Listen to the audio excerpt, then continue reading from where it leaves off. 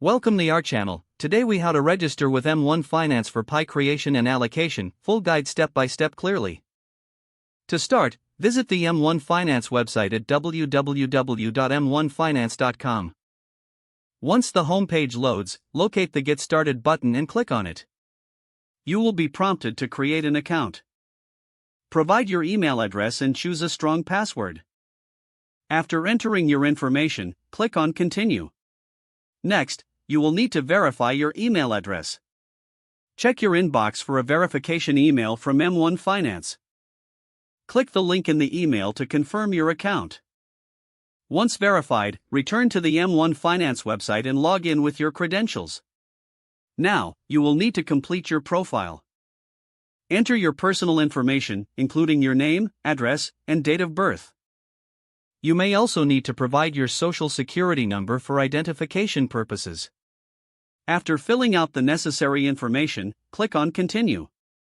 Next, review and agree to M1 Finance's terms and conditions. You may need to answer a few questions about your financial situation and investment experience.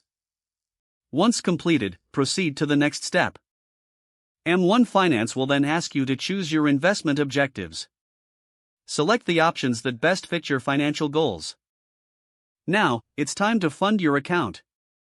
Choose your preferred funding method, whether it's a bank transfer or another option. Follow the prompts to link your bank account securely. Once your bank information is linked, specify how much money you would like to transfer.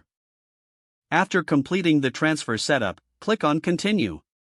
Now that your account is funded, it's time to create a Pi.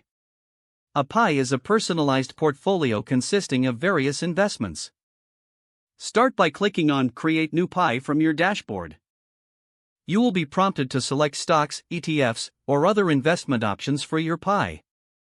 Browse through the available options or use the search function.